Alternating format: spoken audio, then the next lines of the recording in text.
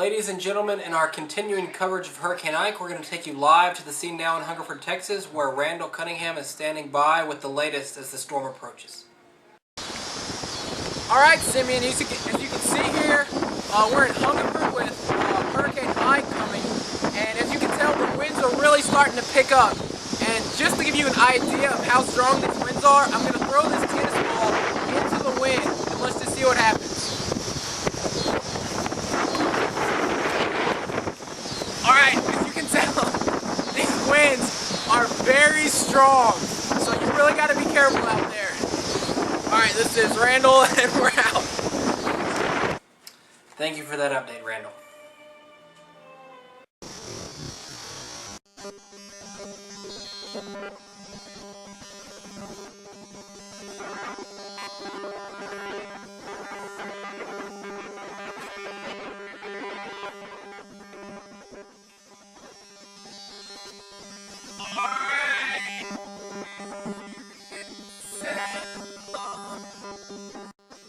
Folks, as Ike moves closer to the coast, it's getting worse out there. We're going to take you live to the scene at Surfside in Hungerford, Texas, where Randall Cunningham is going to speak to us about the mandatory evacuation and some citizens who have taken their safety into their own hands. Alright, Simeon. Things are getting a lot worse out here. The mandatory evacuation is in effect, but we still have one person that hasn't left. Sir, what is your name? Joe Cressbeckler. Joe Cressbeckler. What are you doing here? Oh, sir, there's a storm coming. Can't you see? What do you mean there's a storm coming? There's a storm brewing in the ocean as we speak. A giant storm. I ain't seen no storm. Sir, I've been here 78 years and there still ain't been no storm. Okay, well, sir, everyone has asked everyone in the city to leave. Why aren't you leaving? I'm telling you, there's no storm. All them ignorant fools are leaving. They just trying, it's the government trying to get their gas money. They're trying to put them in their cars and make them, you're probably with them, aren't you? No, sir. You know, what are y'all even doing on my property? You get that camera, you turn that camera off right now. Get out of here. Yes, sir. I don't want to see y'all on my property, alright? Get out of here, fools. There's no storm coming. Look out, we gotta get back. Goodness, we can just... we hope that turned out okay and that Randall and our cameraman are fine. And ladies and gentlemen, we've just received a report that there is an airplane that has decided to brave Hurricane Ike and is out flying, and we have received some live video footage from that plane. We're going to take you to it now and have a look at whatever this crazy pilot was thinking.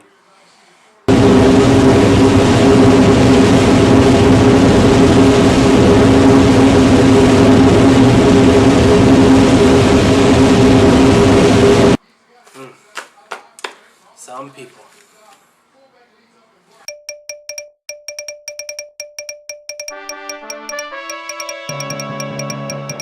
Welcome back to our continuing coverage of Hurricane Ike here in Newsroom 24/7.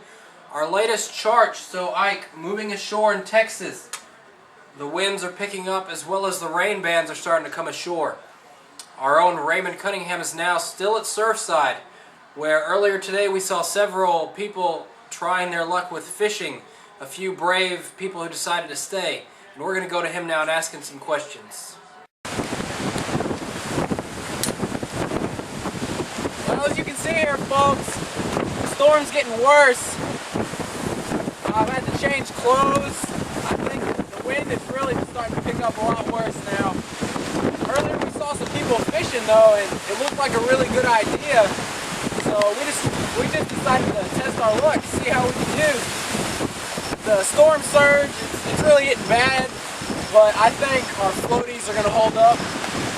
So Raymond, have you actually caught anything? Well, I did catch one halibut, and I got one flounder. It was a 32-incher. I'm going to keep that one. And Raymond, now we see that Surfside house there behind you. Do you expect that it's going to get water in it at the rate the surf is rising? I do suspect that it's going to go under a little bit. Probably Thank you, Raymond, and we'll hope for the best. Coming up, we'll continue our coverage of Hurricane Ike and give you the latest updates on the storm's tracking towards Galveston, Texas.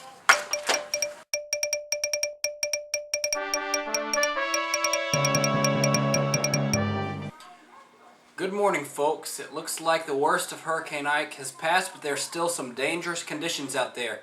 We're going to take you live to the scene with Charles Henry, who's on scene to give us the latest update on the damage that Hurricane Ike caused last night. What do you have for us, Charlie? Okay, Simeon, we're here. The storm has passed over, but the rain and wind are still coming. And we begin to survey the damage, and we found this house. All that's left is the foundation. All we can do is pray for the family.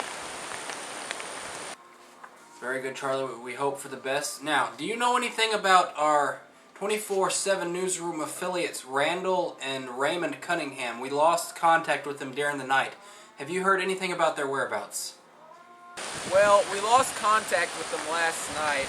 We're not sure what happened, but we believe that they tied themselves to this tree to help escape the storm surge. But as you can tell, the water reached way above the level that they were tied.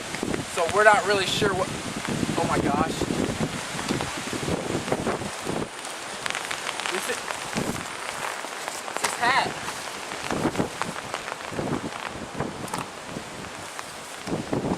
He didn't make it.